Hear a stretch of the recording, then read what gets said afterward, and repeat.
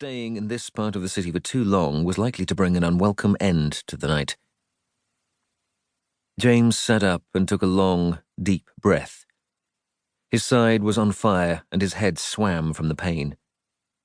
He was far enough from the palace that there was a real danger he might not get there before passing out. He got to his feet slowly, only to have the ground conspire to move beneath them. Making a quick inventory of the people nearby who might do him a good turn, he discovered the list was short. Staggering along, he kept himself upright with a hand on the wall. Krondor's habitual night fog was thickening, and predators were likely to be shrouded in it, so returning to the palace became doubly problematic. As a port, the city was oddly situated. There was a growing trade port less than 5 days' ride south by wagon, which would have been an ideal harbour, being south-facing in a wide bay. Even the town of Sarth to the north would have been a better port with some dredging and a man-made breakwater. But the original Prince of Krondor, upon reaching the shore of the bitter sea, had declared the promontory upon which the castle was built to be where he'd raise the kingdom's flag. The standing joke among the palace staff was that Krondor was where it was because the original prince loved the view of the sunsets from the hall. James had to admit, they were often lovely sunsets.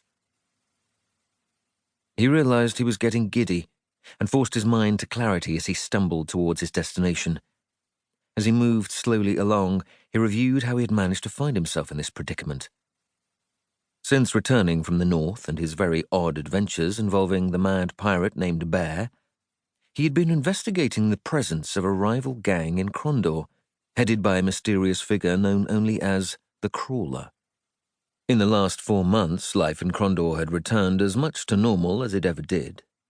The prince was busy overseeing the welfare of half a nation, including bringing the primary spokesman for his brother, the king, to both the island kingdom of Queg and the free cities of Natal, the kingdom's chief trading partners in the west, as well as its chief military threat.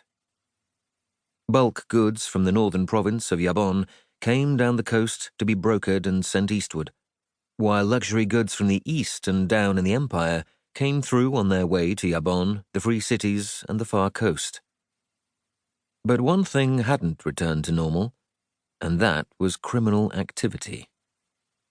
Which was why the Prince of Krondor's personal squire found himself bleeding more than he'd prefer in a side street near the boundary between the merchants' quarter and the poor quarter of the city. For weeks, he had paid every rumour-monger and informant he could trust to provide halfway decent intelligence, and had bullied, threatened, and bribed any mocker he could find in order to try to piece together a picture of what was going on here. When the Crawler had first appeared on the scene, he had been viewed as merely one more interloper, an ambitious upstart who would be quickly destroyed or absorbed by the upright man's mockers. By the time James had left the city to deal with the problems surrounding the theft of the Tear of the Gods, the Ishopian temple's most revered artifact, he had sensed that something was already different about this gang. There was a relationship between the Crawler and some very evil and bloody magic that was plaguing the principality.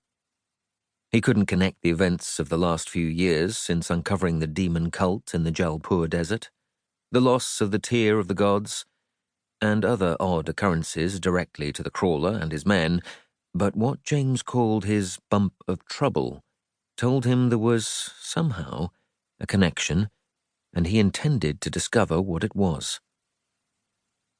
James had undertaken that mission for the prince and the Ishopians a few months previously, and since returning to Krondor, he and Jazhara, the prince's advisor on magic, had been poring over reports, searching for those that directly or indirectly referenced the sort of events that might point back to the Crawler and his allies.